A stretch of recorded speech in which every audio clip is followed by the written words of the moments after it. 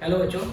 तो बेटे आज अब हमने non integrated accounting system start करना है और ये सीखना है कि इसमें हम जनरल एंट्रीज किस तरीके से करते हैं। ठीक है, तो पहले स्टार्टिंग में इसकी कुछ थ्योरी है जो कि हम पहले अच्छे से लिखेंगे और फिर धीरे धीरे हम इसमें जनरल एंट्रीज कैसे होती है और अकाउंट्स कैसे मेंटेन होंगे वो सारी चीज़ें हमने इसमें कवर करेंगे। तो पहले कुछ इसका थ्योरी पोर्शन देख लेते हैं। देखिए sir, so it is a system of accounting in which cost and financial ledgers are separately maintained। तो जैसे कि मैंने पिछले लेक्चर में स्टार्टिंग में बताया था वही थ्योरी मैं थोड़ा सा यहाँ पे लिख रहा हूँ कि एक ऐसा अकाउंटिंग सिस्टम जिसमें हम कॉस्ट लेजर और फाइनेंशियल लेजर दोनों को अलग अलग मेंटेन करते हैं। ठीक है सर, या बोल सकते हैं कॉस्ट अकाउंट्स और फाइनेंशियल अकाउंट्स या कॉस्ट रिकॉर्ड्स और फाइनेंशियल रिकॉर्ड्स उनको सेपरेटली मेंटेन किया जाता है। ठीक है बेटे, तो यहाँ पे लेजर शब्द का पढ़कर ना करके रिकॉर्ड्स बोल सकते हो और यहाँ पर बेटा ये आप अकाउंट बोल सकते हो। तो एक ऐसा सिस्टम जिसमें कॉस्ट रिकॉर्ड्स और फाइनेंशियल रिकॉर्ड्स एंड और कॉस्ट अकाउंट्स और फाइनेंशियल अकाउंट उनको सेपरेटली मेंटेन किया जाता है, तो ऐसे सिस्टम को हम नॉन इंटीग्रेटेड अकाउंटिंग सिस्टम बोलते हैं। ठीक है बच्चों, ये मैंने पिछले क्लास में भी आपको बताया है। Okay sir, these two sets of accounts are readily kept in agreement or reconcilable और reconcile। ये जो दो सेट के अकाउंट आपके होते हैं या तो इसको हम हमेशा आपस में बैलेंस रखते हैं, हमेशा इक्वल रखते हैं, उसके लिए कुछ एडिशनल जनरल एंट्री हमने पास करनी पड़ती है, या हम इसके लिए रिकंसिलिएशन स्टेटमेंट बनाते हैं और दोनों अकाउंट्स में जो डिफरेंस आता है उसको रिकंसिलिएशन अकाउंट के थ्रू हम एक्सप्लेन करते हैं। ठीक है sir, okay. In cost ledger या in cost accounts only nominal accounts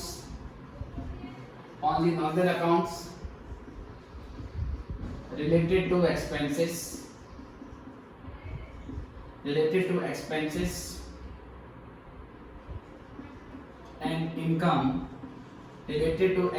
and income are maintained only।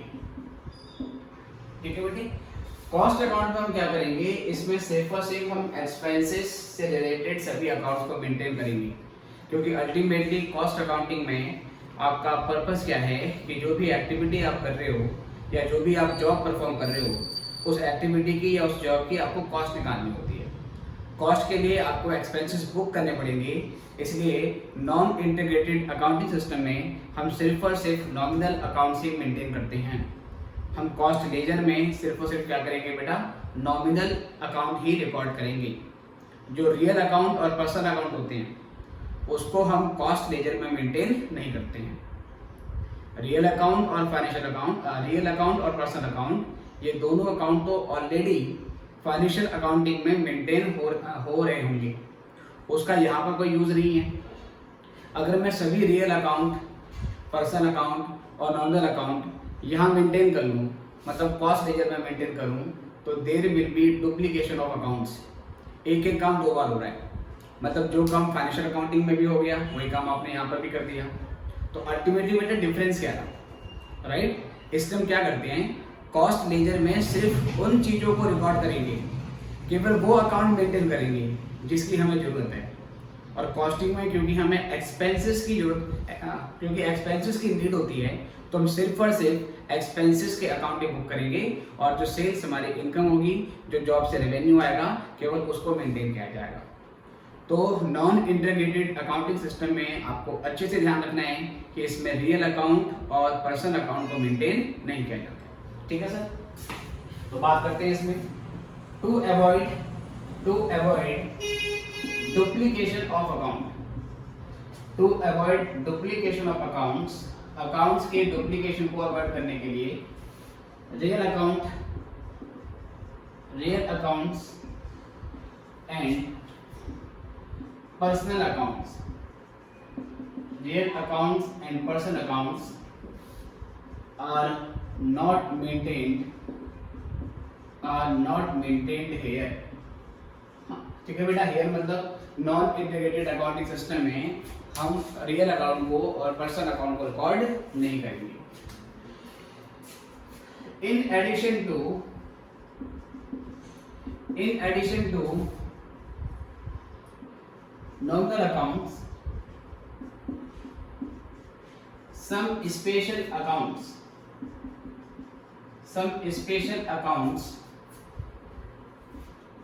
are also maintained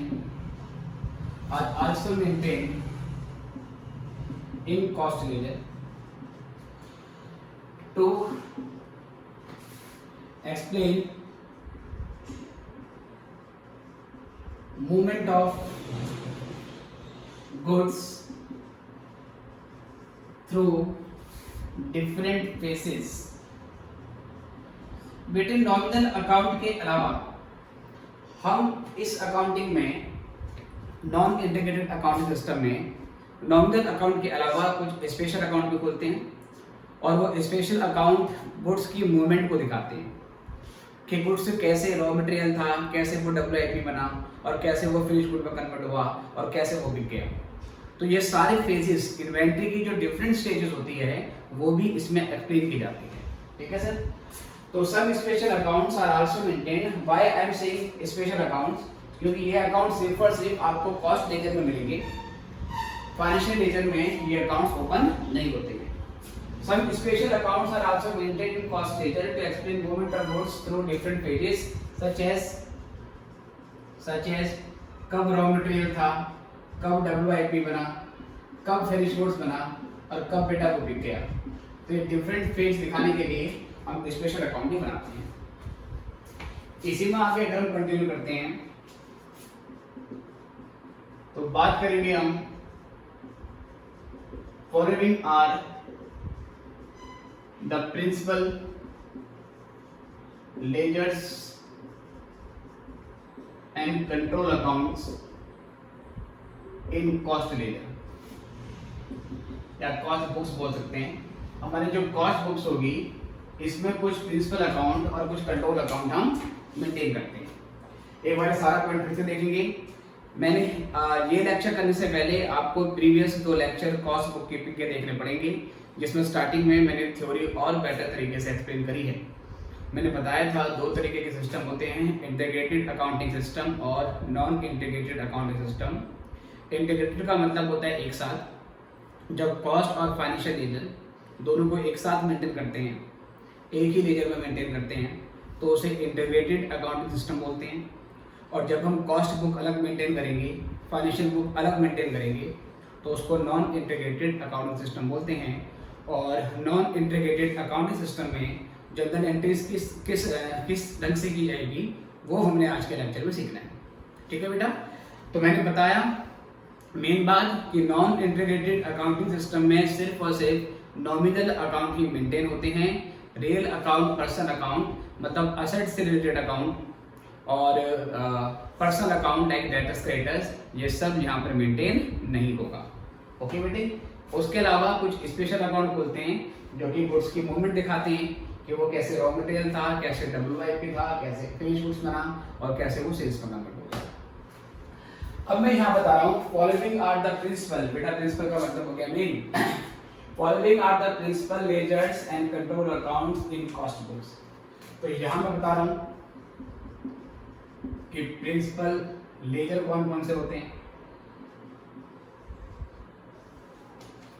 और यहाँ पर प्रिंसिपल मतलब कि मेन कंट्रोल अकाउंट कौन कौन से बनते हैं। ठीक है सर। इसमें बेटा पहला आपका आता है स्टोर लेजर। ठीक है बेटा। स्टोर लेजर क्या होता है? बेटा जब भी हम स्टोर बोलेंगे, आप स्टोर का मतलब समझोगे मटेरियल, कि हम मटेरियल के बारे में बात कर रहे हैं। स्टोर लेजर बेटा इसमें क्या होगा, कंटेन्स इंडिविजुअल अकाउंट्स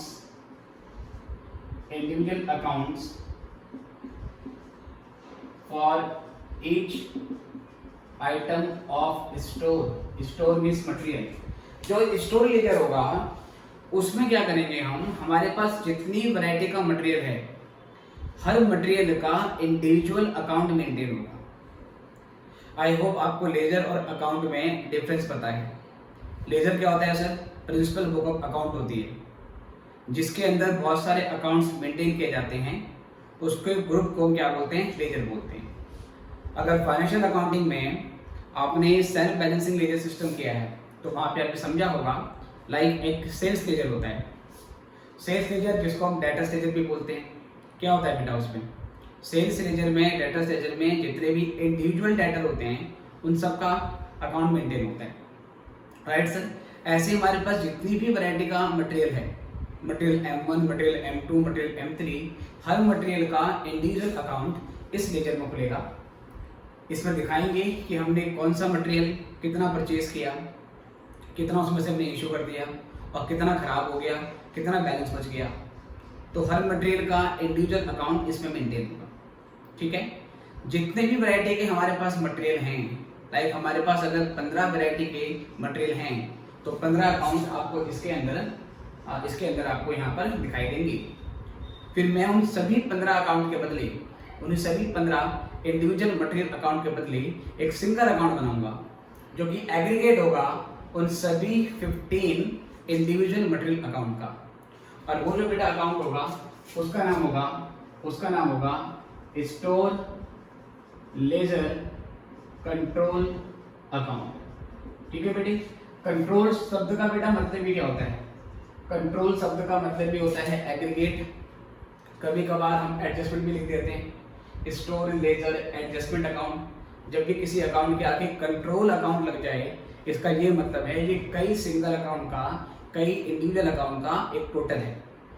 तो इस लेजर के अंदर इंडिविजुअल अकाउंट होंगे, उनका इकट्ठा एक सिंगल अकाउंट बनेगा जिसको हम स्टोर लेजर कंट्रोल अकाउंट बोलेंगे। तो this ledger will provide information regarding each item of material. ये मटेरियल के हर आइटम के बारे में जानकारी आपको यहाँ से मिल जाएगी। दूसरा क्या है बच्चों, इसमें जो हमारा अकाउंट मेंटेन होता है और दूसरा जो लेजर उसमें मेंटेन होता है work in progress laser.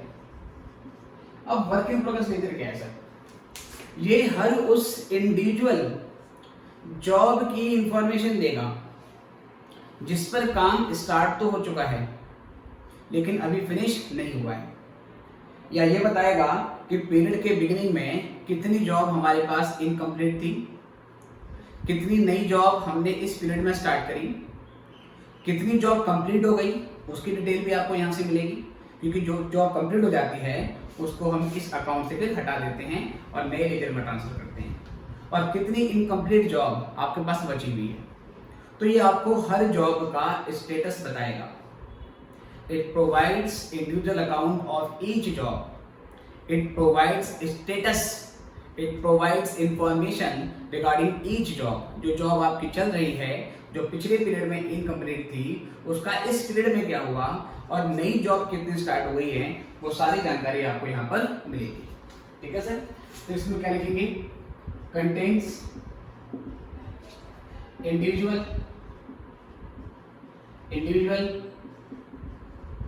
Accounts of each job. जो जॉब आपकी है उसकी जानकारी आपको यहाँ पर देगा, ठीक है सर। और अगर हमारे सपोज 5 ऑर्डर पिछले पीरियड से इनकम्प्लीट थे, 3 फ्रेश ऑर्डर हमने इस ऑर्डर में और हमने इस पीरियड में और अचीव करे, तो 5 ऑर्डर तो पिछले पीरियड से इनकम्प्लीट चले आ रहे हैं, 3 नए ऑर्डर हमें इस पीरियड में मिल गए, टोटल 8 ऑर्डर हमारे पास हो गए हैं। इस 8 में से कितनी कंप्लीट हो गई है जॉब और कितनी अभी भी इनकम्प्लीट बाकी है, वो सारी डिटेल आपको यहाँ पे मिल जाएगा। तो अगर 8 जॉब होंगी तो 8 अलग अलग अकाउंट बन गए इसके अंदर, फिर उन 8 जॉब का एक इकट्ठा अकाउंट बनेगा, सिंगल अकाउंट बनेगा। और वो जो सिंगल अकाउंट होगा प्यारे बच्चों, उसका नाम क्या होगा, उसका नाम होगा work in progress ledger control account. Again बेटा कंट्रोल शब्द आ गया है, समझ जाओ, इट इज एग्रीगेट। ये कई छोटे मोटे अकाउंट्स का एक एग्रीगेट अपने यहाँ पर लिया है। उसके बाद बेटा तीसरा आपका यहाँ से बनता है finish goods ledger sir, short में लिख रहा हूँ FG। फिनिश गुड्स क्या होंगे सर? जो जो जॉब कंप्लीट होती जाती हैं उसको आप वर्क इन प्रोग्रेस लेजर से निकाल देते हो, क्योंकि जिस दिन वो कंप्लीट हो जाएंगी वो WIP तो है नहीं, उस दिन वो क्या बन जाएगी सर? Finish goods. जैसे कि अभी आप लोग अभी CMA कोर्स करते हो, जिस दिन आप CMA में एडमिशन ले लेते हो सर, आपकी WIP के तौर पे जर्नी क्या हो जाती है? स्टार्ट हो जाती है। फिर आप फाउंडेशन पास करते हो, पर अभी CMA तो नहीं बने सर, तो अभी आप वर्क इन प्रोग्रेस हो। इंटर, उसके बाद आप ज्वाइन करते हो सर, इंटर पास कर लेते हो, अभी भी कंप्लीट नहीं हुआ है प्यारे बच्चों, अभी भी क्या है बच्चों, अभी भी आप वर्क इन प्रोग्रेस हो। फाइनल पास कर लेते हो, एकदम CMA नहीं बनोगी सर, ट्रेनिंग भी तो करनी पड़ती है, 3 साल की ट्रेनिंग आपको कंप्लीट करनी पड़ेगी। फाइनली 3 साल की ट्रेनिंग भी कंप्लीट हो जाती है, उसके बाद आप क्या बोलते हो कि मैं अब CMA बन चुका हूँ, तो उस दिन आप WIP नहीं बनोगे, फिर आप फिनिश गुड्स बन गए हो। ऑलराइट, ऐसे ही यहाँ पर होगा, ठीक है बेटे। तो फिनिश गुड्स लेजर, जो जॉब्स कंप्लीट हो चुकी हैं उसकी डिटेल आपको यहाँ पर देगा। अगर 6 जॉब कंप्लीट हो गई थी आउट ऑफ 8, तो हर कंप्लीट जॉब का अलग अलग अकाउंट, जो जॉब कंप्लीट हो चुकी हैं उसके 6 अकाउंट आपको इसके अंदर मिलेंगे। फिर उस जॉब का क्या हुआ, उसे हमने बेच दिया, उसको हमने डिस्पैच कर दिया, कस्टमर से रेवेन्यू आ गया, उसकी डिटेल आपको हर बेसिकली अकाउंट में सेपरेटली मिलेगी। तो ये क्या होता है sir? Contains individual accounts of all completed jobs. जो जॉब्स आपकी कंप्लीट हो गई हैं उन सब की जानकारी यहाँ पर होगी, और फिर उन सब का इकट्ठा एक सिंगल अकाउंट बनाया जाएगा। अकाउंटिंग पर्पस के लिए वो जो 6 कंप्लीट जॉब हैं, पहले इंडिविजुअल अकाउंट इसके अंदर खुल गया, फिर एक कंप्लीट अकाउंट बनेगा बेटा, और जो ये कंप्लीट अकाउंट होगा इसका क्या नाम होगा? इसका नाम होगा finish goods ledger control account. जब भी कंट्रोल शब्द का मतलब आ जाए, कंट्रोल लग जाए, समझ जाना है एग्जैक्टली। उसके अलावा बेटा एक चौथा अकाउंट इसमें हम खोलते हैं जिसको हम बोलते हैं कॉस्ट लेजर, ठीक है बेटे। एक कॉस्ट लेजर खोलेंगे। जब कॉस्ट लेजर क्या होगा, क्योंकि प्यारे बच्चों इसमें नॉन इंटीग्रेटेड अकाउंटिंग सिस्टम में मैंने बताया केवल नॉमिनल अकाउंट ही मेंटेन होते हैं। यहाँ पर पर्सनल अकाउंट नहीं होगा, यहाँ पर रियल अकाउंट नहीं होगा। तो प्यारे बच्चों कोई ट्रांजेक्शन अगर ऐसी आती है जिसमें डेबिट या क्रेडिट में किसी एक साइड में कोई पर्सनल अकाउंट या कोई रियल अकाउंट इन्वॉल्व हो रहा है, उस पर्सनल अकाउंट और रियल अकाउंट को रिप्लेस करने के लिए, उसको सब्स्टिट्यूट करने के लिए हम एक अलग से लेजर मेंटेन करते हैं जिसका नाम क्या होगा? कॉस्ट लेजर होगा। और इस कॉस्ट लेजर का एक और पर्पज होता है ये इंश्योर करने के लिए कि बाकी के जो ये 3 लेजर है ये सेल्फ बैलेंसिंग रहे, बाकी के जो 3 लेजर है वो सेल्फ बैलेंसिंग रहे। जैसे कि अगेन अगर फाइनेंशियल अकाउंटिंग में आपने सेल्फ बैलेंसिंग लेजर सिस्टम पढ़ा है तो 3 लेजर होते हैं। सेल्स लेजर होता है जिसमें डेटर्स के अकाउंट होते हैं, परचेस लेजर होता है जिसके अंदर क्रेडिटर्स के बेसिकली मतलब अकाउंट्स मेंटेन होते हैं, और तीसरा जनरल लेजर होता है ना। जनरल लेजर के अंदर डेटर्स और क्रेडिटर्स के अलावा कुछ बाकी सारे अकाउंट होते हैं, प्लस 2 कंट्रोल अकाउंट खोले जाते हैं, लाइक टोटल डेटर्स अकाउंट जिसको हम डेटर्स लेजर एडजस्टमेंट अकाउंट बोल सकते हैं, क्रेडिटर्स लेजर एडजस्टमेंट अकाउंट बोल सकते हैं। 2 बनते हैं ना, क्यों? ताकि आपके जो तीनों लेजर हैं वो क्या रहें? सेल्फ बैलेंसिंग मोड में रहें। तो इसीलिए इस अकाउंट का जो पर्पज होता है, इस अकाउंट का मेन पर्पज होता है नॉमिनल अकाउंट के अलावा बाकी जो अकाउंटिंग अराइज हो रही है उसको रिप्लेस करना और इन 3 अकाउंट को बैलेंस करने के लिए, ठीक है सर। तो contains all accounts other than या all accounts to substitute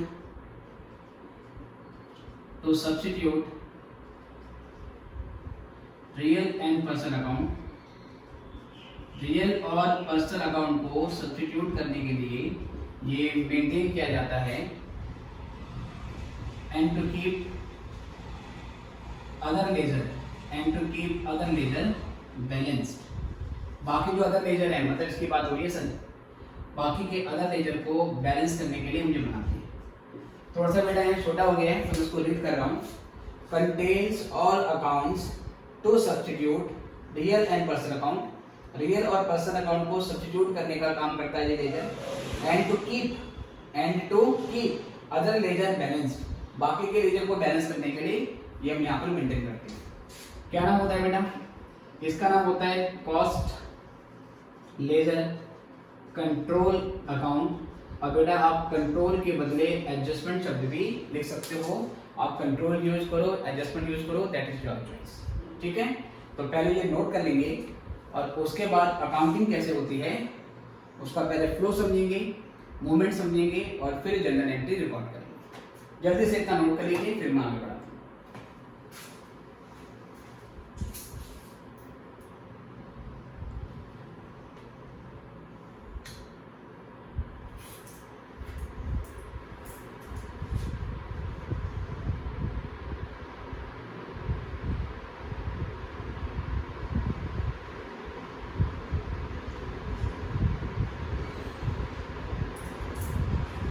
चलिए बच्चों, आई गेस आपने कर लिया है, तो अब यहाँ से हम आगे बढ़ते हैं। आप किसी भी टाइम इस वीडियो को पॉज करके इसको नोट कर सकते हो। चलिए प्यारे बच्चों, तो हम देखते हैं आगे क्या करते हैं इसमें।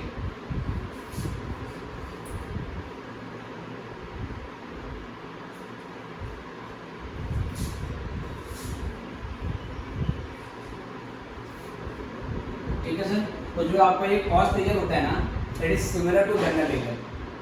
जैसे सेल बैलेंसिंग में जनरल लेजर मेंटेन करते हैं, सेम वही है सर। ओके, जैसे जनरल लेजर में डेटर्स और क्रेडिटर्स के अलावा बाकी सारे अकाउंट्स मेंटेन होते हैं, सेम पर्पज बेटा यहाँ पर इसका भी है। इसका मेन पर्पज होता है जो अदर लेजर है उसको बैलेंस रखना। चलिए सर, तो प्यारे बच्चों अब यहाँ से हमें समझना है पहले, ठीक है,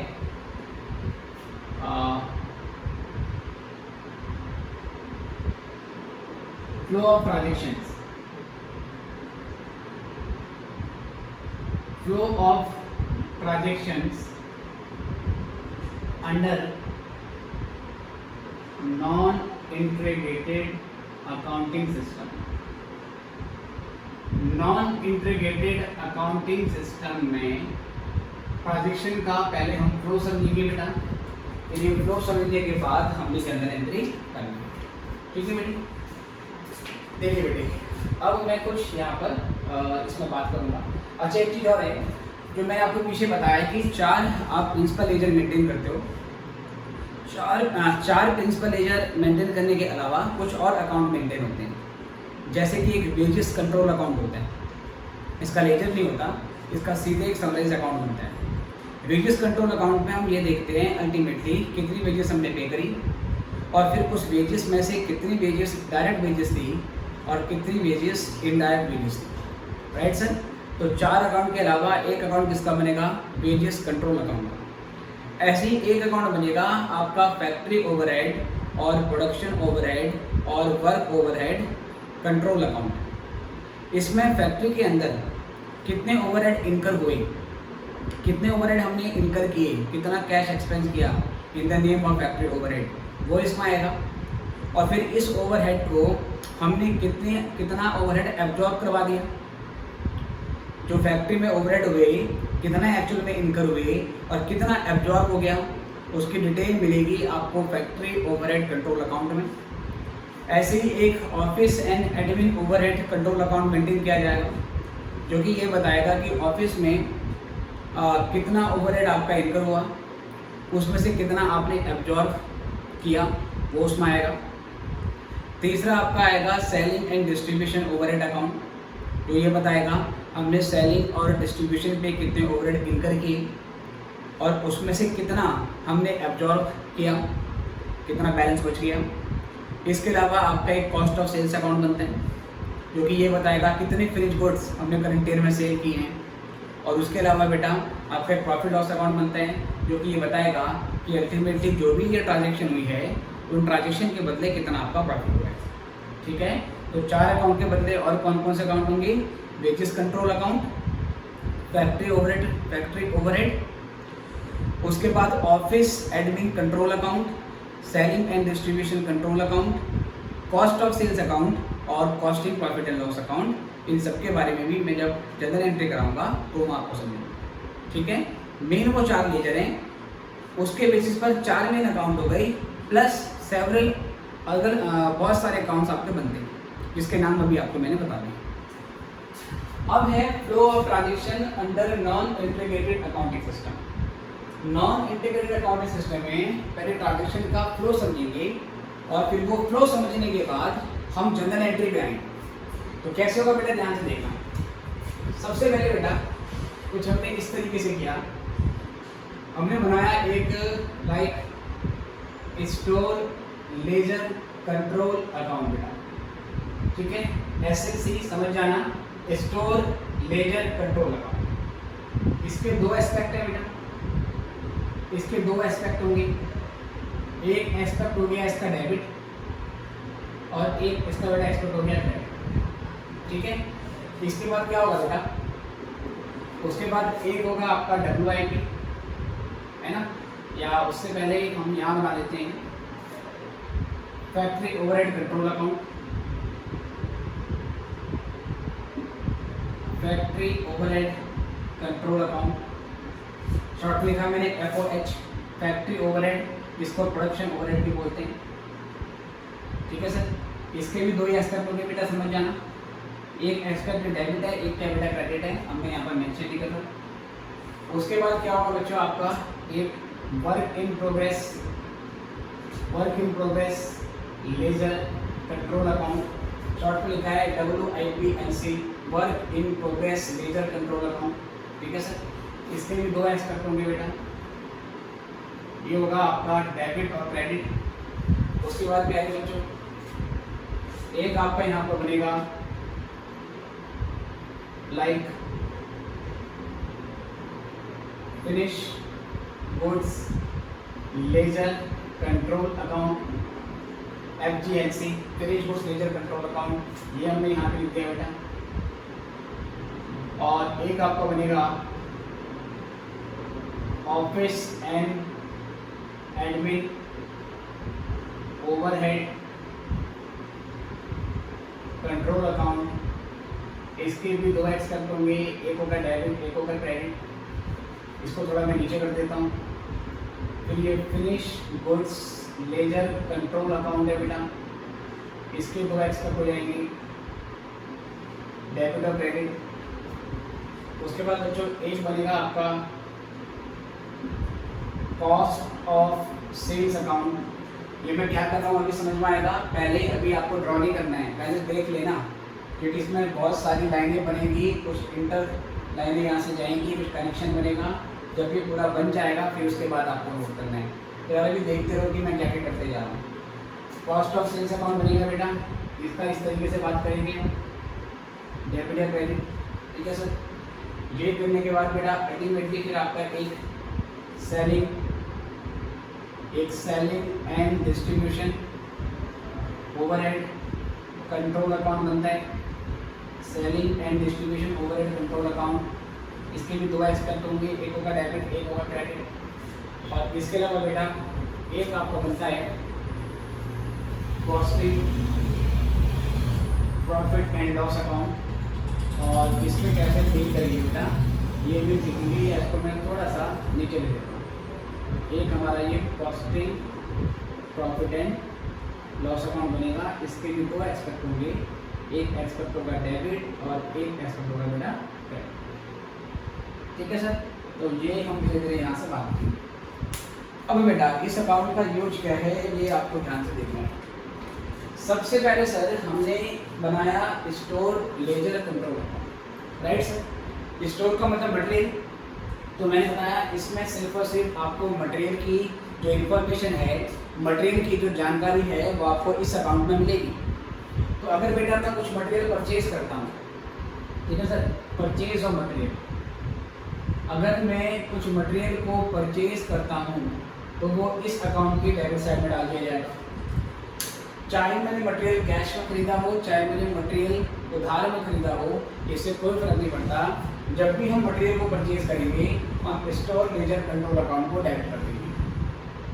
किसी भी ट्रांजेक्शन को कंप्लीट करने के लिए मुझे डेबिट एस्पेक्ट भी पता होना चाहिए और क्रेडिट एस्पेक्ट भी पता होना चाहिए। तो मैंने आपको बताया कि जब मटेरियल को परचेज करेंगे हम स्टोर लेजर कंट्रोल अकाउंट को डेबिट कर देते हैं, बट क्रेडिट क्या करेंगे सर? तो बेटा क्रेडिट क्या करेंगे, क्योंकि इस ट्रांजेक्शन का क्रेडिट एस्पेक्ट, इस ट्रांजेक्शन का क्रेडिट साइड मुझे नहीं पता, तो जहाँ जहाँ से कोई ट्रांजेक्शन वन साइडेड होगी, मतलब ये तो पता जा रहा है कि कौन से अकाउंट में डेबिट हो रहा है, जैसे ये स्टोर लेजर कंट्रोल अकाउंट में डेबिट हो रही है, बट ये नहीं पता कि ये आई कहाँ से। तो आपको समझ जाना है कि उसके दूसरे एस्पेक्ट में मैं कॉस्ट लेजर कंट्रोल अकाउंट को लिखूंगा। ठीक है सर? तो इसकी जनरल एंट्री क्या बनेगी, जब भी हम मटेरियल को परचेज करेंगे एंट्री बनेगी store ledger control account debit. Credit aspect क्योंकि उसका सोर्स नहीं पता कि कौन से अकाउंट से आया है, तो आप क्रिएट करोगे कॉस्ट लेजर कंट्रोल अकाउंट। ये क्यों करेंगे, इसके पीछे एक रीजन होता है जो धीरे धीरे अभी आपको समझ में आएगा। सबसे पहले जो भी मटेरियल आपने परचेज किया वो मटेरियल आपने यहाँ पे डाल देना है। मटेरियल को परचेज करने के बाद आप उस मटेरियल को इशू करोगे। मटेरियल को परचेज करने के बाद आप उस मटेरियल को इशू करोगे, और वो मटेरियल जब इशू होगा तो वो दो तरीके का हो सकता है, या तो वो डायरेक्ट मटेरियल होगा या वो इनडायरेक्ट मटेरियल होगा। राइट? जब भी हम मटेरियल को इशू करेंगे हमारा मटेरियल का स्टॉक घटेगा, इसलिए क्या करेंगे बेटा, ये अकाउंट क्रेडिट होगा। उसके बाद सर अगर जो मटेरियल इशू किया है वो डायरेक्ट मटेरियल है, इशू ऑफ डायरेक्ट मटेरियल, अगर वो मटेरियल डायरेक्ट मटेरियल है तो वो ट्रांजेक्शन इस तरीके से जाएगी, मतलब WIP लेजर कंट्रोल अकाउंट जो हमारा होगा, जो WIP लेजर कंट्रोल अकाउंट है उसको हम डेबिट कर देंगे, और जो स्टोर लेजर कंट्रोल अकाउंट है उसको क्रेडिट कर देंगे। तो इस ट्रांजेक्शन के दोनों एस्पेक्ट मुझे पता है कि ट्रांजेक्शन कहाँ से कहाँ मूव करनी है। तो मुझे पता है ये अकाउंट डेबिट होगा, ये अकाउंट क्रेडिट होगा। इस वाले में डेबिट तो पता था बट आया कहाँ से मुझे नहीं पता, तो मैंने कहा जहाँ से एक साइड ओपन होगा, एक एंड ओपन होगा, वहाँ पर आपको हमेशा कॉस्ट लेजर कंट्रोल अकाउंट लिखना है। अगर बेटा वो मटेरियल इनडायरेक्ट है तो बेटा वो यहाँ पे चला जाएगा। ठीक है सर? ये हो गया आपका इशू ऑफ इनडायरेक्ट मटेरियल। हमने इनडायरेक्ट मटेरियल इशू कर दिया।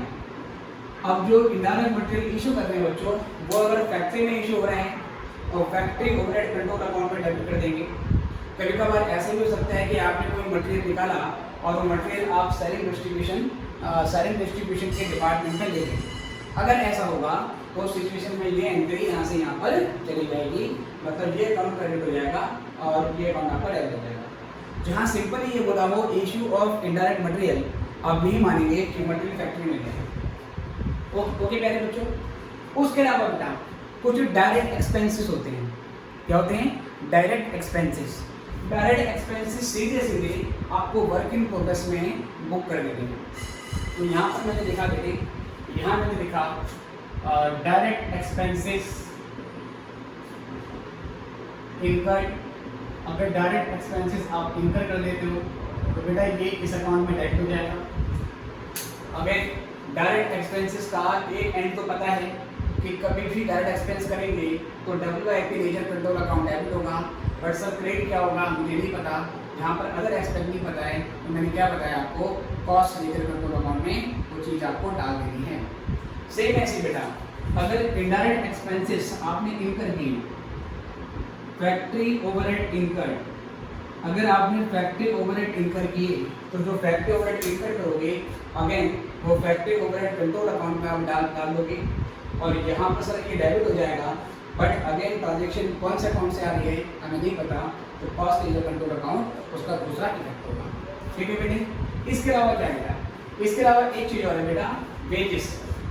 वेजेस के बारे में मैंने बात नहीं करी, तो एक मुझे वेजेस का भी अकाउंट यहाँ पर बनाना पड़ेगा। तो वेजेस में कैसे बनाऊंगा सर? कर लेते हैं बेटा। वेजेस के लिए मैं ऐसा करता हूँ कि मैं वेजेस का अकाउंट चलो यहाँ बना देता हूँ। ये हो गया मेरा वेजेस कंट्रोल अकाउंट। ठीक है सर? इसके भी दो एस्पेक्ट होंगे, एक एस्पेक्ट होगा डेबिट, एक होगा क्रेडिट। जब भी आप वेजेस इनकर करोगे पहले बच्चों, तो वो अकाउंट आपको यहाँ पे डालना है, ठीक है सर। वेजेस इनकर्ड, इनकर्ड का मतलब है वेजेस या तो ड्यू हो गई हैं या वेजेस आपने पे कर दिए हैं सर, तो वेजेस पहले आपने यहाँ डाल देनी है। जब भी हम वेजेस पे करेंगे या वेजेस ड्यू हो जाएगी, आप वेजेस कंट्रोल अकाउंट को डेबिट करोगे। इसका डेबिट एस्पेक्ट पता है, क्रेडिट एस्पेक्ट नहीं पता, तो कॉस्ट लेजर कंट्रोल अकाउंट के नाम से एंट्री जाएगी। फिर जो वेजेस होगी बेटा अगेन वो दो भागों में बढ़ जाएगी, ठीक है सर। अगर डायरेक्ट वेजेस होगी सर तो एलोकेशन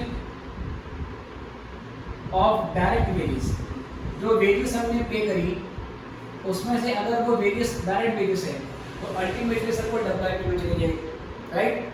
तो आप समझ सकते हो कि वर्क इन प्रोग्रेस अकाउंट की डेबिट साइड में सारी के सारी डायरेक्ट कॉस्ट आ जाती है। यहाँ पहले डेबिट साइड में आपको इनिशियली सारी डायरेक्ट कॉस्ट जोड़ देनी है, और तो इसमें इनडायरेक्ट कॉस्ट भी आएगी। पहले हम डायरेक्ट कॉस्ट को यहाँ पे प्रेस करेंगे। इसी वेजेस में से बेटा, इसी वेजेस में से अगर कुछ वेजेस इनडायरेक्ट वेजेस हैं तो वो आप यहाँ डाल दोगे। इनडायरेक्ट वेजेस, जो वेजेस इनडायरेक्ट होंगी बेटे वो यहाँ से यहाँ जाएगी। अच्छा, इसके दोनों सोर्स बताएं कि यहाँ जा रही है और यहाँ से आई है। इसका मतलब ये हुआ कि जब हम डायरेक्ट वेजेस को एलोकेट करेंगे तो उसकी एंट्री होगी work in progress ledger control account debit, operate क्या करेंगे वेजेस कंट्रोल अकाउंट। जब हम इनडायरेक्ट वेजेस को एलोकेट करेंगे तो एंट्री होगी factory overhead control account debit, तो क्या लिखोगे sir wages control account. Alright sir, okay sir. इसके अलावा बेटा जैसे फैक्ट्री ओवरहेड इनकम करें मैंने डेबिट में डाल दिए। अगर सेलिंग और डिस्ट्रीब्यूशन ओवरहेड इनकर्ड करे हैं, अगर सेलिंग एंड डिस्ट्रीब्यूशन ओवरहेड इनकर करे हैं तो बेटा ये यहाँ पर डेबिट कर देंगे। अब सर ये अकाउंट डेबिट तो हो जाएगा, बट क्रेडिट क्या करेंगे नहीं पता। अगेन आप कॉस्ट लेजर कंट्रोल अकाउंट को यहाँ पे क्रेडिट करोगे, ठीक है बेटे। सेम ऐसे बेटा office and admin overhead income करें आपने, office and admin overhead income. जब भी ऑफिस और एडमिन का खर्चा होगा बेटा ये आपका यहाँ पर आ जाएगा। अगेन ये अकाउंट डेबिट हो जाएगा, लेकिन क्रेडिट एस्पेक्ट नहीं पता है तो कॉस्ट लेजर आपको लिखना पड़ेगा।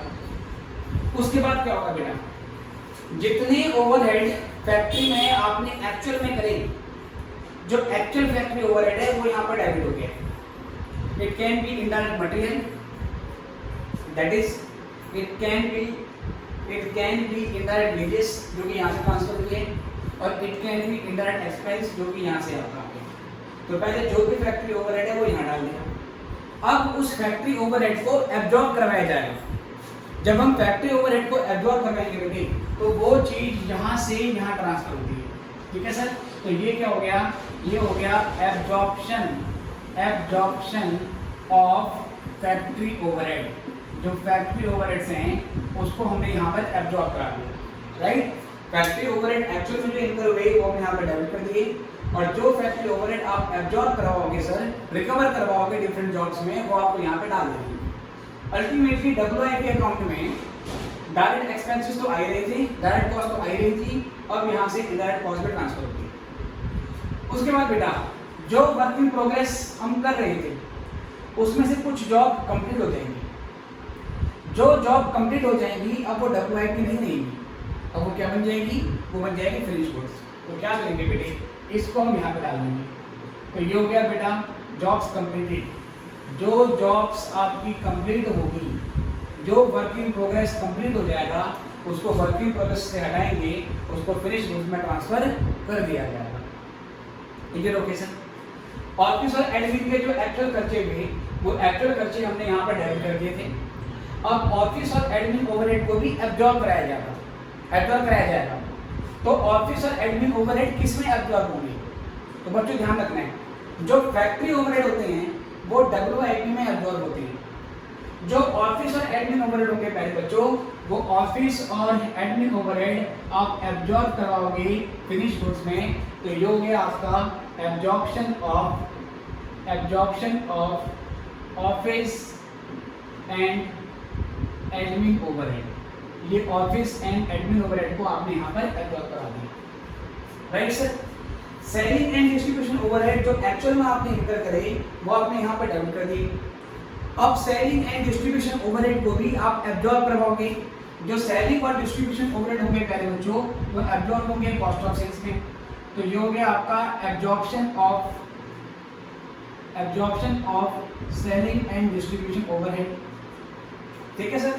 अल्टीमेटली यहाँ पर फिनिश गुड इन्वेंट्री इस अकाउंट में इकट्ठा हो गई है।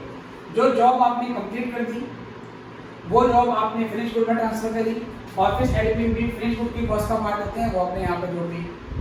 जितने फिनिश गुड्स आपके पास कंप्लीट पड़े हैं उसमें से कुछ फिनिश गुड्स ऐसे होंगे जिसके लिए डिमांड आ जाएगी और आप उसको बेच दोगे।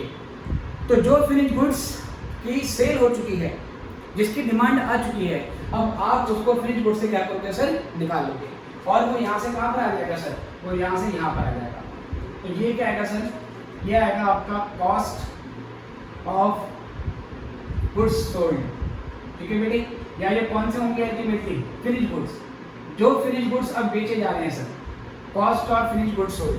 अल्टीमेटली फिनिश गुड्स को ही तो मार्केट में बेचा जाएगा, तो simply cost of goods sold बोल सकते हो, या मैंने ब्रैकेट में लिख दिया cost of finish goods sold. जितने फिनिश गुड्स आपके पास पड़े हुए हैं डेबिट साइड में, उसमें से जो बिक गए हैं वो यहाँ से हटाओगे और इस अकाउंट में ट्रांसफर कर दोगे। ठीक है बेटा। अल्टीमेटली यहाँ पर कॉस्ट ऑफ सेल्स अकाउंट में दो फिगर आ जाएंगी। एक, यहाँ पर आपने सेलिंग और डिस्ट्रीब्यूशन ओवरहेड को एब्जॉर्ब कराया है। दूसरा बेटा यहाँ से cost of goods sold I है। फिर यहाँ पे जो टोटल बचेगा, बेटा, ये टोटल अल्टीमेटली आप कॉस्ट ऑफ सेल में ट्रांसफर कर दोगे। तो ये एंट्री क्या है बेटा, ये एंट्री है transfer of cost of sales. Ultimately जो कॉस्ट ऑफ सेल्स है उसको आप कॉस्टिंग प्रॉफिट लॉस अकाउंट में क्या कर दोगे, कॉस्टिंग प्रॉफिट लॉस अकाउंट में ट्रांसफर कर दोगे। राइट बेटा। तो ये मोटे तौर पर कुछ ट्रांजैक्शंस है, उसका फ्लो आपको मैंने समझाया है। और बेटा कभी कभार ऐसा होता है कि हम एक जॉब कर रहे हैं, उस जॉब को करने के लिए हमें एक स्पेशल मटेरियल चाहिए। वो स्पेशल मटेरियल हमारे स्टोर में नहीं है, एक ऐसी जॉब आई जिसके लिए मुझे एक विशेष प्रकार का मटेरियल चाहिए जो मेरे पास स्टोर में नहीं है। तो मैं सीधे सीधे क्या करूंगा, वो मटेरियल बाहर से परचेज करूंगा, और बाहर से परचेज करने के बाद सीधे सीधे उसको मैं जॉब में ले आऊंगा।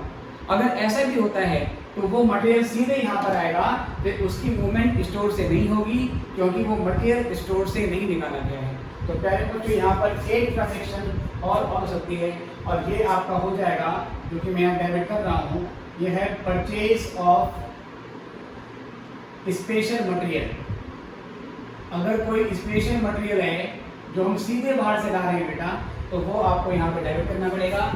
अगेन वो WIP में डेबिट तो होगा, बट उसका क्रेडिट एस्पेक्ट नहीं पता है, तो आप समझ जाना जहाँ पर ट्रांजेक्शन का एक एंड ओपन है वहाँ पर आपको हमेशा कॉस्ट लेजर कंट्रोल अकाउंट पर डाल देना। ठीक है बेटे, ये एंट्री यहाँ पर आ गई। इसके बाद बेटा आपकी जो सेल्स होंगी, जितनी सेल्स आपने एक्चुअल में करी, वो बेटा आपको क्या करनी है, वो सेल्स आपको कॉस्टिंग प्रॉफिट लॉस अकाउंट में क्रेडिट में डाल देनी है। मतलब सेल्स अगर होगी, चाहे वो कैश सेल्स हो चाहे वो क्रेडिट सेल हो, दोनों sale costing profit loss account में क्रेडिट कर देनी है। अगेन इस ट्रांजेक्शन का एक एस्पेक्ट तो पता है, क्रेडिट साइड तो पता है, बट डेबिट साइड क्या है, क्योंकि ये लाइन तो किसी अकाउंट से आ नहीं रही, तो समझ जाना कि ये cost ledger control account debit किया जाएगा और कॉस्टिंग प्रॉफिट लॉस अकाउंट को क्रेडिट किया जाएगा। क्लियर हो गया सर। एक क्वेश्चन आपके मन में आ सकता है, वो क्वेश्चन क्या है सर, मान लो factory overhead control account debit हुआ है 1 लाख रुपए से, जितना फैक्ट्री ओवरहेड एक्चुअल में हमने इनकर किया, डाल दिया सर। एब्जॉर्प्शन कराया हमने केवल 90,000 का, ऐसा होता है ना, there might be under absorption and over absorption of overheads, या आपने ओवरहेड वाले चैप्टर में पढ़ा है। तो मान लीजिए factory overhead debit side 1 lakh रुपए का है, एब्जॉर्प्शन केवल 90,000 का है, 10,000 का यहाँ पर आपका बैलेंस बच जाता है। जो 10,000 का under absorbed unabsorbed factory overhead बच गया, उसका क्या होगा। तो बेटा आपने ओवरहेड वाले चैप्टर में पढ़ा है कि हमारे पास जो ओवरहेड अंडर या ओवर एब्जॉर्ब बच जाते हैं उसका क्या पॉसिबल ट्रीटमेंट होता है। तो ओवरहेड वाले चैप्टर में पढ़ा है 3 पॉसिबिलिटी होती हैं, या तो कॉस्टिंग प्रॉफिट लॉस अकाउंट में ट्रांसफर कर दो, या अगले साल के लिए कैरी फॉरवर्ड कर दो, या सप्लीमेंट्री रेट निकाल के उसको कॉस्ट ऑफ सेल्स, उसको WIP और उसको फिनिश गुड्स में क्या कर दो, रिवाइज कर दो। तो वही पॉसिबिलिटी यहाँ पे भी होगी। जहाँ पर क्वेश्चन आपका साइलेंट होगा, आपको ये नहीं बताया कि आपने ओवरहेड अकाउंट के बैलेंसिंग फिगर का क्या करना है, तो मैं उसको सीधे क्या करूँगा, कॉस्टिंग प्रॉफिट लॉस अकाउंट में ट्रांसफर कर दूँगा। सेम सिचुएशन इस अकाउंट में भी आ सकती है। कि यहाँ पर ऑफिस एडमिन जो डेबिट किया था एब्जॉर्प्शन डिफरेंट अमाउंट से हुआ है। अगेन इसमें डिफरेंस आएगा जिसको हम राइट ऑफ कर देंगे, कॉस्टिंग प्रॉफिट लॉस अकाउंट में ट्रांसफर कर देंगे। सेम सिचुएशन जहाँ पर भी आ सकती है कि सेलिंग एंड डिस्ट्रीब्यूशन ओवरहेड किस अकाउंट से हमने डेबिट किया है, एब्जॉर्प्शन डिफरेंट अमाउंट से हुआ है, बैलेंस फिगर अंडर या ओवर एब्जॉर्प्शन आ सकती है। अगेन जिसको मैं कॉस्टिंग प्रॉफिट लॉस अकाउंट में ट्रांसफर कर दूंगा। अगर कॉस्टिंग प्रॉफिट लॉस अकाउंट में अभी ट्रांसफर नहीं करना है तो हम उसके बैलेंस को ओवरहेड एडजस्टमेंट अकाउंट या ओवरहेड सस्पेंस अकाउंट के नाम से भी लिख सकते हैं, अगर अभी आप राइट ऑफ नहीं करना चाहते तो ये भी आपको मैं प्रैक्टिकल क्वेश्चन करते वक्त समझाऊँ। ठीक है, अब आप ये चार्ट आराम से नोट करो, फिर उसके बाद मैं जनरल एंट्री लिखवाता हूँ। और जो फ्लो चार्ट से जनरल एंट्री समझ में आ जाती है, लेकिन अब हम फॉर्मली जनरल एंट्री को लिखेंगे। कितना कर दो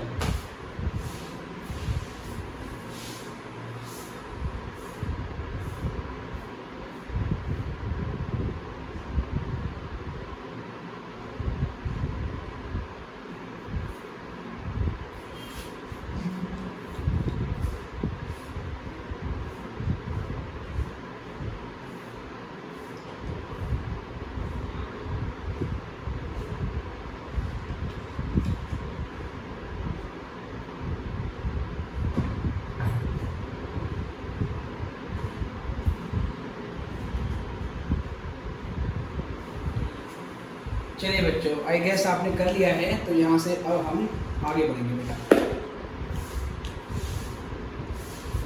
चलिए बच्चों, किसी भी टाइम वीडियो को पॉज करके आप इसको नोट कर सकते हो।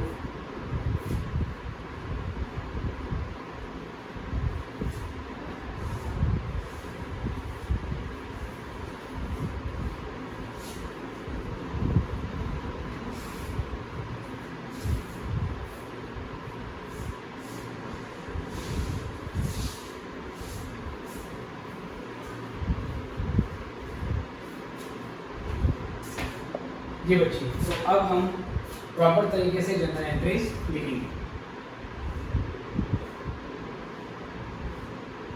जनरल एंट्रीज, ठीक है सर।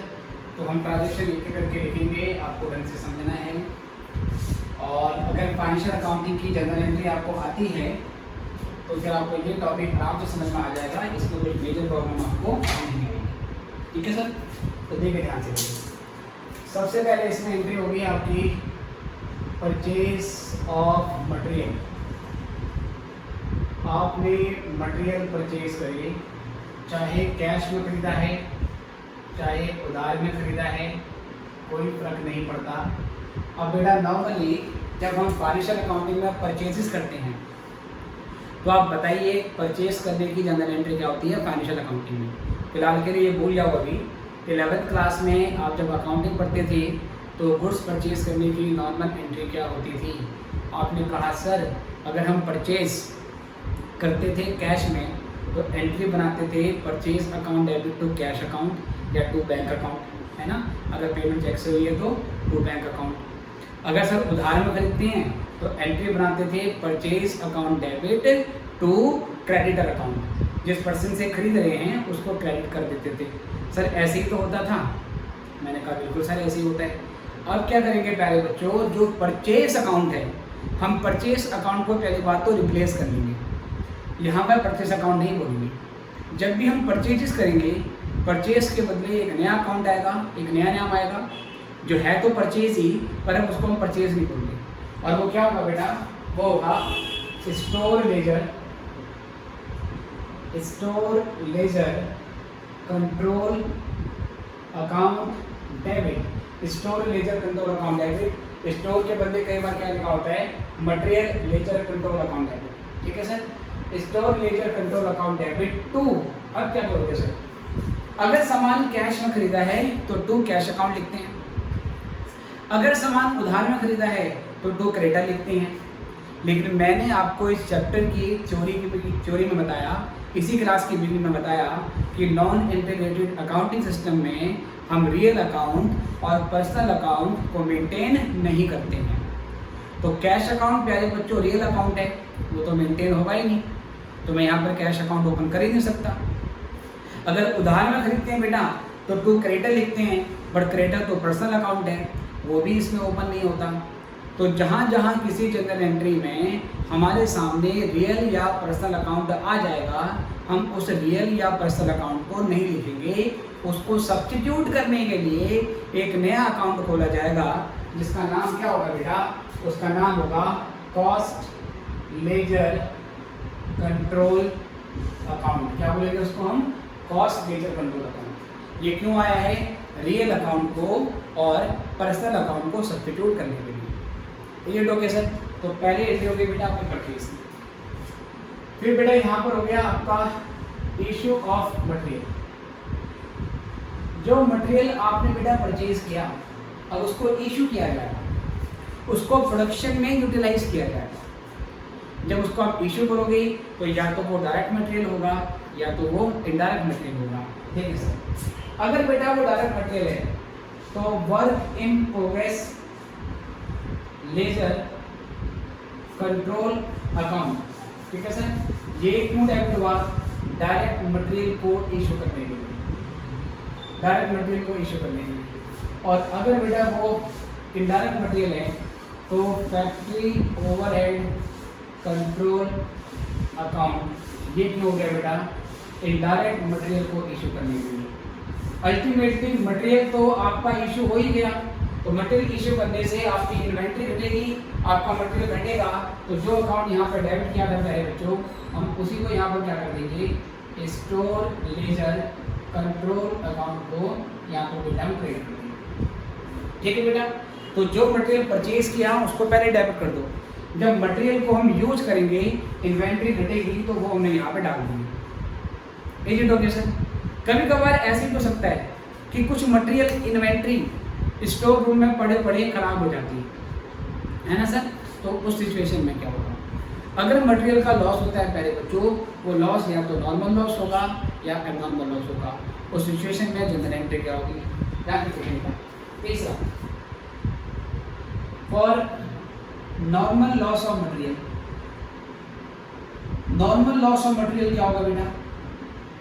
तो आपको पता है बेटा, आपने कॉस्टिंग में रूल पढ़ा है, क्योंकि मैंने प्रोसेस कॉस्टिंग में भी आपको मैंने समझाया था कि पूरी कॉस्ट अकाउंटिंग में एक नॉर्मल रूल है, एक जनरल रूल है कि कभी भी अगर नॉर्मल लॉस होता है तो नॉर्मल लॉस की वैल्यू को बाकी बची हुई यूनिट एब्जॉर्ब कर लेती है।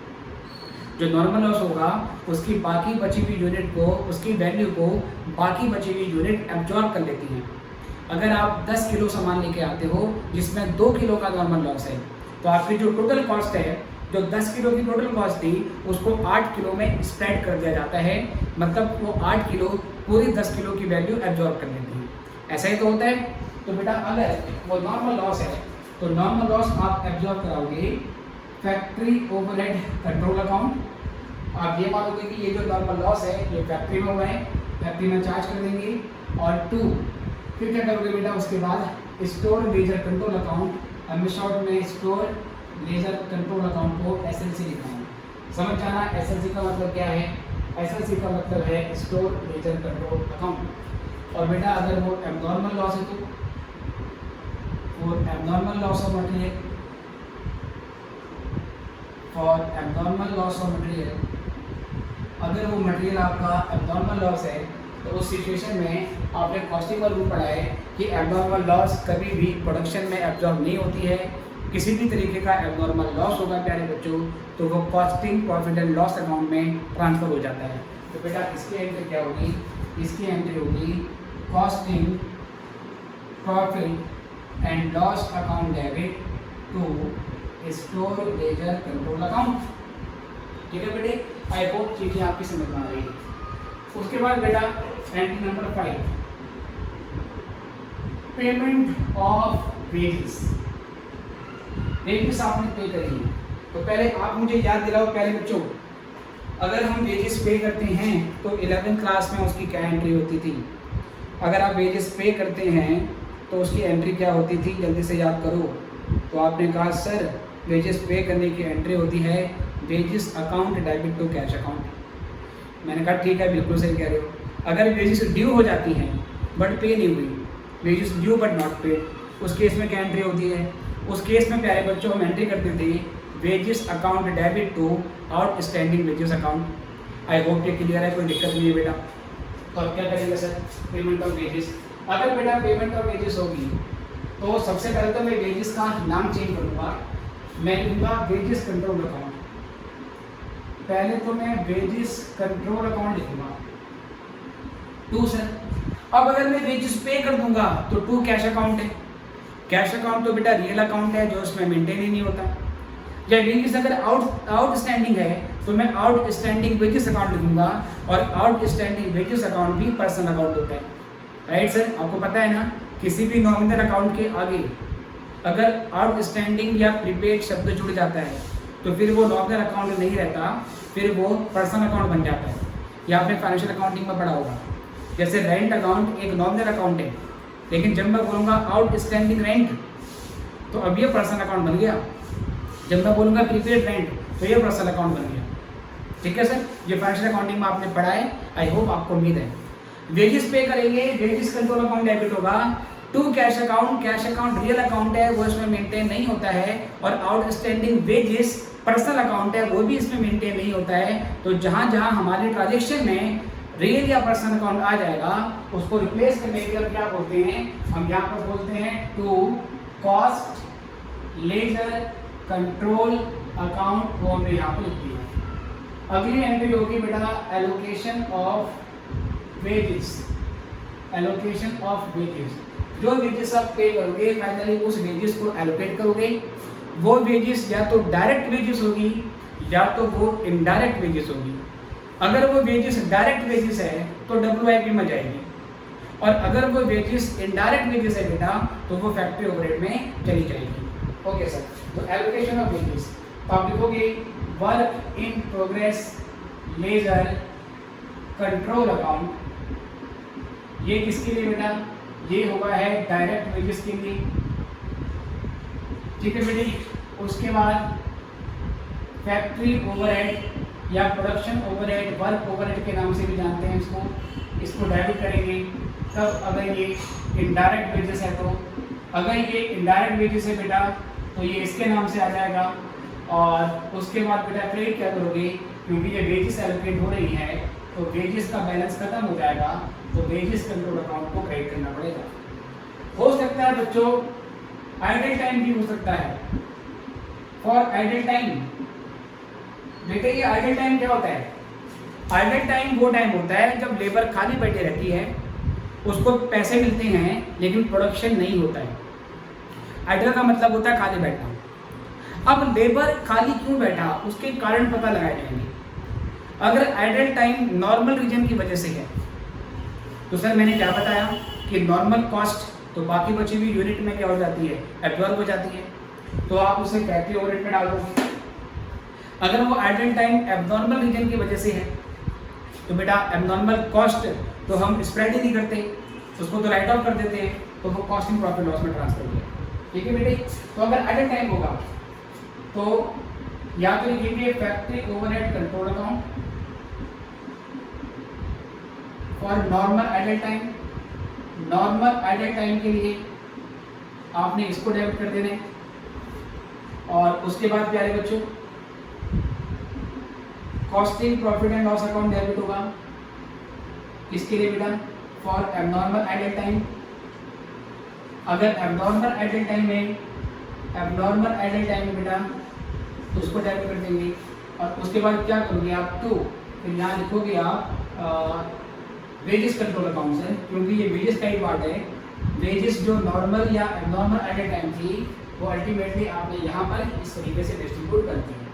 ठीक है बेटे, उसके बाद 8वीं एंट्री डायरेक्ट एक्सपेंसेस इनकर्ड। अगर कोई डायरेक्ट एक्सपेंस आपने इंकर किया है, मटेरियल डायरेक्ट लेबर और डायरेक्ट मटेरियल के अलावा कोई खर्चा आपने इंकर किया जो कि डायरेक्ट कॉस्ट का पार्ट है, उसको बोलेंगे हम डायरेक्ट एक्सपेंसेस। अगर वो आपने इंकर किया है तो उसकी एंट्री क्या होगी बेटे, ये सीधे सीधे WIP में चला जाता है। WIP laser control account debit. और अगेन अगर आप खर्चा इंकर कर रहे हो तो या तो उसकी पेमेंट हो गई होगी, मतलब टू कैश अकाउंट, या वो ड्यू हो गया होगा, उसका मतलब आउटस्टैंडिंग है। कैश अकाउंट रियल अकाउंट है और ड्यू बाय एक्सपेंस वो पर्सनल अकाउंट है। दोनों ही अकाउंट हम यहाँ पर मेंटेन नहीं करते हैं, तो यहाँ ट्रांजेक्शन को पूरा करने के लिए I need to write cost ledger control account. उसके बाद बेटा ओवरहेड इनकर्ड, आपने कुछ ओवरहेड इनकर्ड करे और वो ओवरहेड फैक्ट्री ओवरहेड भी हो सकता है, वो overhead office and admin overhead भी हो सकता है, और वो overhead selling and distribution overhead भी हो सकता है। आपने खर्चा मतलब ओवरहेड उठाया, इनकर किया बेटा, अब क्या करोगे? अगर वो खर्चा फैक्ट्री वाला है तो फैक्ट्री ओवरहेड कंट्रोल अकाउंट।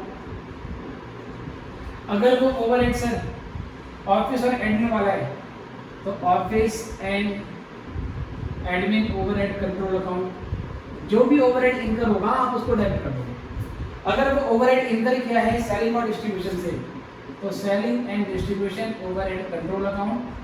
अब खर्चा इनकर हुआ है तो या तो पेमेंट हो गई होगी तो कैश अकाउंट, या वो ड्यू हो गया होगा मतलब आउटस्टैंडिंग है।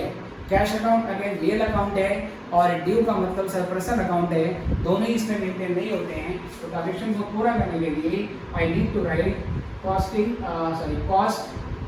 Laser control account. इसको हम कॉस्ट लेजर कंट्रोल अकाउंट बोलेंगे। ठीक है प्यारे बच्चों, इतना नोट करो पहले, और भी जनरल एंट्री है, धीरे धीरे आगे बढ़ते हैं, इतना फटाफट से नोट कीजिए।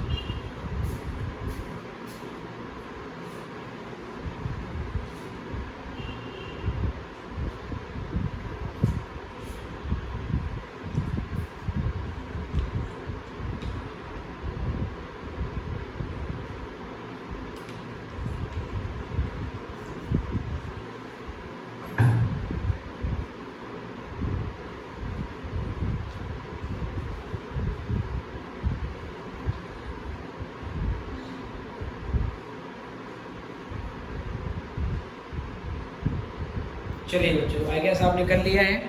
आप किसी भी टाइम वीडियो को पॉज करके इसको नोट कर सकते हैं। तो मैं यहाँ से आगे बढ़ता हूँ। हमने ओवरहेड यहाँ पे इंटर कर दिए हैं, उसके एंट्री हमने यहाँ पर बना दिए। अब बेटा उसके बाद यहाँ से आगे बढ़ते हैं आप। फिर ओवरहेड को इंकर करने के बाद अब ओवरहेड को एब्जॉर्ब कराया जाएगा। जब ओवरहेड एब्जॉर्ब होंगे तो उसकी क्या जनरल एंट्री होती है, वहाँ से आगे बढ़ते हैं। तो 9 जनरल एंट्री हमने कर ली है, यहाँ से आगे कंटिन्यू करेंगे। चलिए देखते हैं साथ साथ।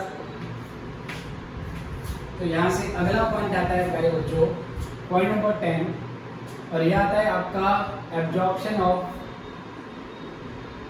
Factory overhead. Absorption of factory overhead.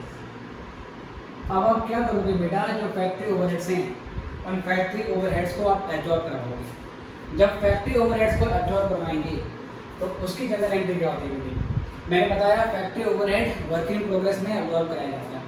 तो इसकी एंट्री होती है work in progress ledger control account debit to factory overhead control account. Same ऐसे बताइए, absorption of office and administration overhead. हम सिंपली इसको कई बार एडमिनिस्ट्रेशन ओवरहेड के नाम से भी जानते हैं। जो ऑफिस और एडमिन ओवरहेड है उसको आप फिनिश गुड में एब्जॉर्ब कराते हो। जहां क्वेश्चन में कह दे कि एडमिनिस्ट्रेशन ओवरहेड मैन्युफैक्चरिंग से रिलेटेड है तो वहां पर ऑफिस और एडमिन ओवरहेड WIP में एब्जॉर्ब किया जाएगा।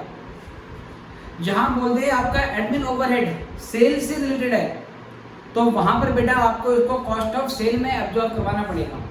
लेकिन जहां पे क्वेश्चन साइलेंट है तो वहां पर हम ऑफिस और एडमिन ओवरहेड को फिनिश गुड्स में एब्जॉर्ब करते हैं। ठीक है, 3 पॉसिबिलिटी मैंने बता दी।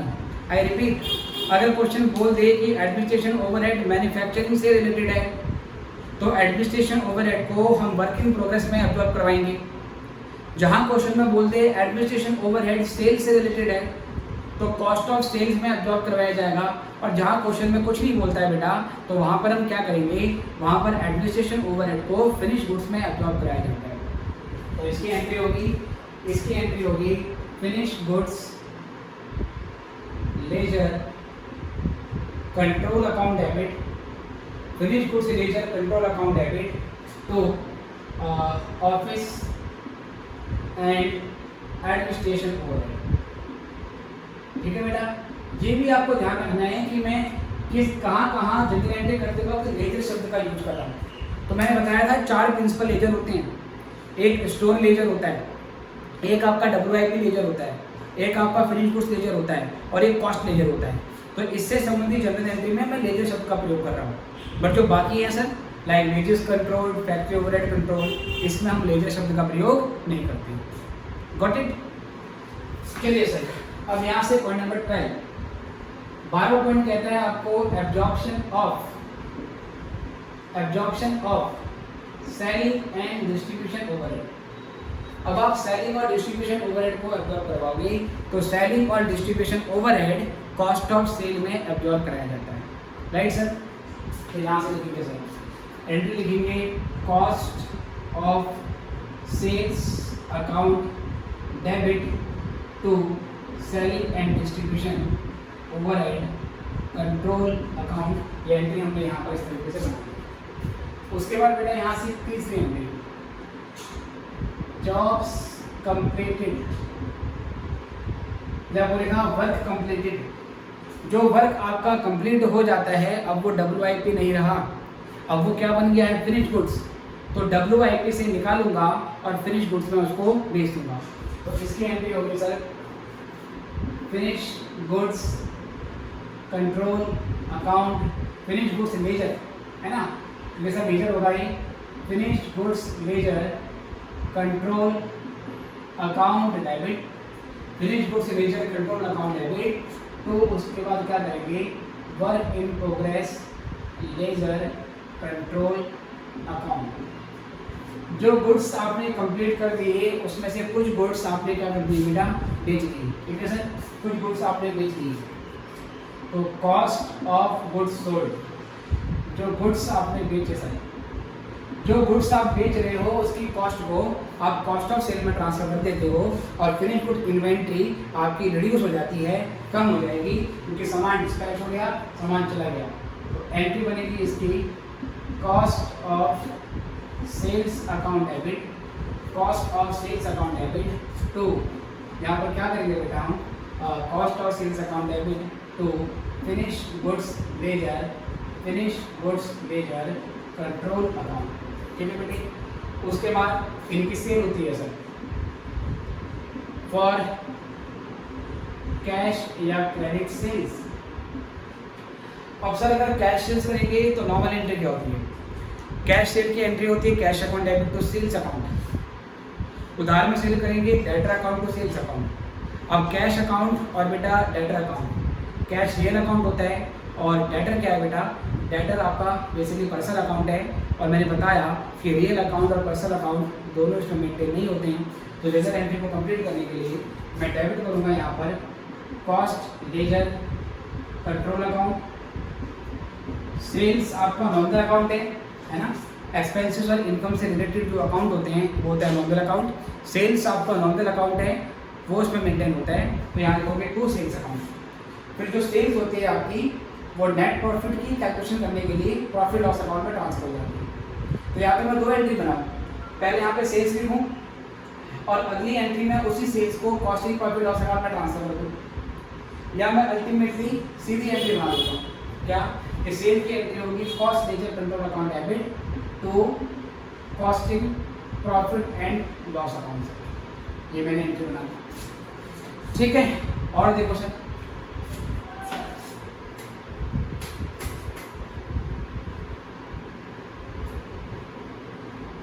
प्यारे बच्चों, अभी देखो यहाँ से, अब यहाँ से बेटा अगली एंट्री होगी एंट्री नंबर 16,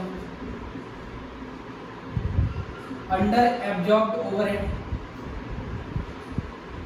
बेटा कुछ अंडर एब्जॉर्ब्ड ओवरहेड्स भी हो सकते हैं। अंडर एब्जॉर्ब्ड ओवरहेड का मतलब होता है जितने ओवरहेड आपने एक्चुअल में इनकर करे हैं, आपने एब्जॉर्प्शन उससे कम किया है। तो सिचुएशन में ओवरहेड अकाउंट में एक डेबिट बैलेंस बच जाता है। उसका हम क्या करेंगे, तो मैंने कहा या तो राइट ऑफ करेंगे या उसको कैरी फॉरवर्ड करेंगे। अगर पीरियड का एंड हो चुका है, क्वेश्चन साइलेंट है, हम उसको राइट ऑफ कर देते हैं, या उसको अगर हमने अगले साल की कॉस्ट में, अगले पीरियड की कॉस्ट में एडजस्ट करना है तो फिर हम उसे अगले साल के लिए कैरी फॉरवर्ड करेंगे, ठीक है?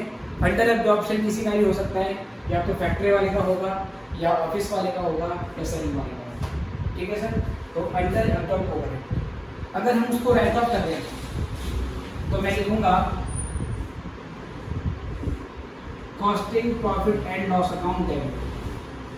अगर मैं अंडर एब्जॉर्ब ओवरहेड को राइट ऑफ कर रहा हूँ तो I will write costing profit and loss account debit. या अभी उसको मैं राइट ऑफ नहीं कर रहा, अभी मैं उसे अगले पीरियड के लिए कैरी फॉरवर्ड कर रहा हूँ। तो उस सिचुएशन में मैं क्या लिखूंगा सर, मैं लिखूंगा ओवरहेड एडजस्टमेंट अकाउंट डेबिट। ध्यान दें सर, अगर आप अंडर एब्जॉर्ब ओवरहेड को राइट ऑफ कर रहे हो तो कॉस्टिंग प्रॉफिट लॉस अकाउंट में ट्रांसफर हो जाएगा। अगर आप ओवरहेड को अभी राइट ऑफ नहीं करना चाहते, उसको अगले पीरियड में कैरी फॉरवर्ड करना चाहते हो, आप लिखोगे ओवरहेड एडजस्टमेंट अकाउंट या ओवरहेड सस्पेंस अकाउंट, ये आपने लिख देना। और वो ओवरहेड जो भी होगा उसके आगे उसका नेचर लिखोगे। अगर ये ओवरहेड फैक्ट्री वाला है तो फैक्ट्री ओवरहेड एडजस्टमेंट अकाउंट। अगर ये ओवरहेड सेलिंग वाला है तो selling and distribution overhead account. अगर ये ओवरहेड ऑफिस और एडमिन वाला है तो office and admin overhead adjustment account. तो हर ओवरहेड का अलग अलग अकाउंट खोलोगे जो कि अंडर एब्जॉर्ब रह गया है और अभी आप राइट ऑफ नहीं करते। ठीक है बेटे, कभी कभार कुछ राइटर बोलते हैं कि जो सारे अंडर एब्जॉर्ब ओवरहेड हैं और सारे जो ओवर एब्जॉर्ब हैं उसका एक सिंगल अकाउंट खोल दो। जब एक सिंगल अकाउंट खोल देते हैं तो उसके बाद अल्टीमेटली जो नेट बैलेंस आता है वो बाद में कॉस्टिंग प्रॉफिट लॉस में ट्रांसफर कर दिया जाता है। फिलहाल आपको ध्यान रखना है इतना, अगर अंडर एब्जॉर्ब ओवरहेड हम राइट ऑफ कर रहे हैं तो कॉस्टिंग प्रॉफिट लॉस अकाउंट में ट्रांसफर होगा, और अगर हम कैरी फॉरवर्ड कर रहे हैं तो इंडिविजुअल अकाउंट खोलना पड़ेगा और ओवरहेड एडजस्टमेंट अकाउंट के नाम से एंट्री होगी। उसके बाद 2 सर रिस्पेक्टिव ओवरहेड अकाउंट, मैंने लिख दिया रिस्पेक्टिव ओवरहेड कंट्रोल अकाउंट। अब यहाँ रिस्पेक्टिव का क्या मतलब है, अगर ये ओवरहेड फैक्ट्री वाला है तो to factory overhead control account. अगर ये ओवरहेड ऑफिस वाला है तो office and admin overhead control account. अगर ये ओवरहेड जो अंडर एब्जॉर्ब है ये सेलिंग वाला है तो सेलिंग डिस्ट्रीब्यूशन ओवरहेड कंट्रोल। ठीक है सर, जो होगा उसके हिसाब से। उसके अलावा बेटा ओवर एब्जॉर्प्शन ऑफ ओवरहेड। अगर ओवरहेड का ओवर एब्जॉर्प्शन है तो जो एंट्री नंबर 16 है उसी का उल्टा हो जाएगा, है ना। ओवर एब्जॉर्ब ओवरहेड का मतलब होता है जितने ओवरहेड इनकर किए थे हमने रिकवर उससे ज़्यादा कर लिए हैं तो सिचुएशन में क्रेडिट बैलेंस बच जाता है। उस क्रेडिट बैलेंस को एडजस्ट कैसे करेंगे, इस एंट्री का रिवर्स मार देंगे। एंट्री बनेगी respective overhead control account debit. उसके बाद करना है क्या उसको, अगर राइट ऑफ करना है तो to costing profit loss account. अगर अभी राइट ऑफ नहीं कर रहे हैं, कैरी फॉरवर्ड करने का डिसीजन है तो टू ओवरहेड एडजस्टमेंट अकाउंट के नाम से एंट्री करेंगे। तो यहाँ पर लिख रहा हूँ रिवर्स ऑफ 16। यहाँ पर हम 16 का क्या करते हैं बेटा, रिवर्स करते हैं। उसके अलावा बेटा return of material to supplier, जो मटेरियल हमने खरीदा था सप्लायर से उसको हमने वापस भेज दिया, परचेज रिटर्न हो गई। और फाइनेंशियल अकाउंटिंग में परचेज रिटर्न की एंट्री क्या होती थी, अगर आपको याद हो तो परचेज रिटर्न की एंट्री होती थी creditors account debit to purchase return. अब क्रेडिटर तो पर्सनल अकाउंट है वो खुलेगा नहीं, उसके बदले क्या लिखेंगे, कॉस्ट लेजर कंट्रोल अकाउंट।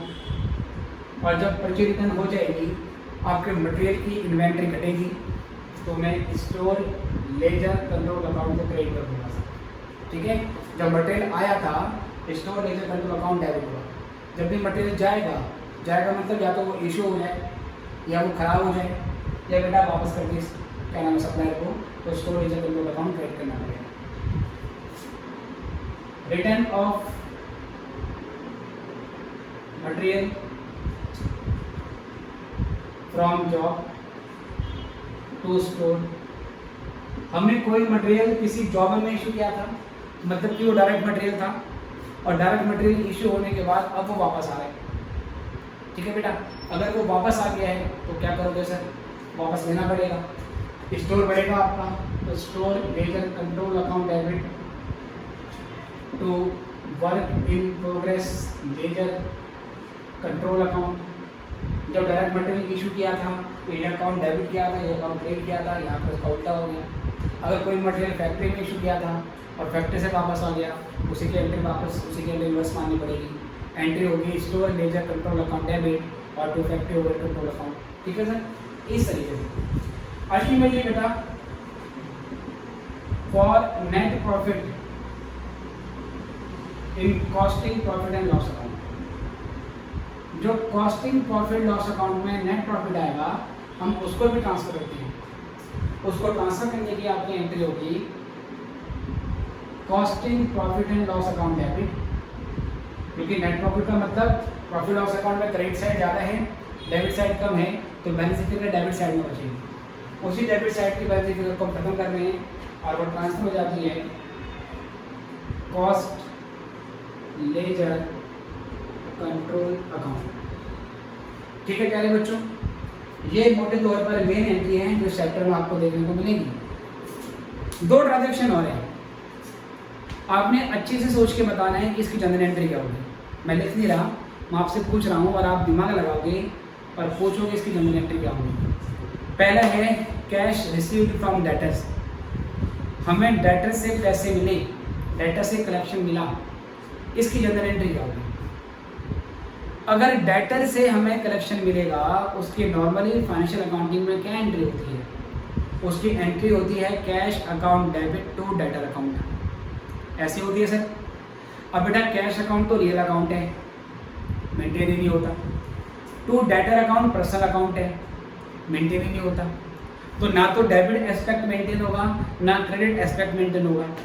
तो जिस ट्रांजेक्शन के दोनों डेबिट क्रेडिट में रियल या पर्सनल अकाउंट हो वो ट्रांजेक्शन को हम बिल्कुल रिकॉर्ड ही नहीं करेंगे। तो डेटर से पैसा मिलने की कॉस्ट लेजर में कोई एंट्री नहीं होगी। हाँ, फाइनेंशियल अकाउंटिंग में उसकी एंट्री हो रही होगी, बट हम यहाँ पर केवल कॉस्ट अकाउंटिंग की जनरल एंट्री कर रहे हैं। सेम ऐसे प्यारे बच्चों पेमेंट टू क्रेडिटर्स, अगर हमने क्रेडिटर्स को पेमेंट करी जनरल एंट्री क्या बनती है, जनरल एंट्री बनती है creditors account debit to cash account या to bank account. Creditor personal account है और बैंक अकाउंट सर ये क्या हमारा, सर ये हमारा रियल अकाउंट है। और पूरी जनरल एंट्री में दोनों साइड में ऐसे अकाउंट हैं डेबिट में क्रेडिट में जो कि मेंटेन नहीं होते हैं कॉस्ट लेजर में, इसलिए ये ट्रांजेक्शन भी हम खत्म कर देंगे। तो cash collection from debtor and cash पे टू क्रेडिटर्स, इसके यहाँ पर कोई जनरल एंट्री नहीं बनेगी। ठीक है प्यारे बच्चों, तो अभी के लिए केवल इतना ही। अगले लेक्चर में मैं इसके ऊपर आपको एक क्वेश्चन करा दूँगा। पहले क्वेश्चन बोर्ड पे लिख दूँगा अच्छे से और फिर उसकी हम जनरल एंट्री बनाएंगे। और अगर लेजर बनाने को बोलेगा, अकाउंट बनाने को बोलेगा तो अकाउंट भी मेंटेन करेंगे। ठीक है, अभी के लिए इतना ही, फिर आपसे मिलेंगे नेक्स्ट लेक्चर में। Good bye.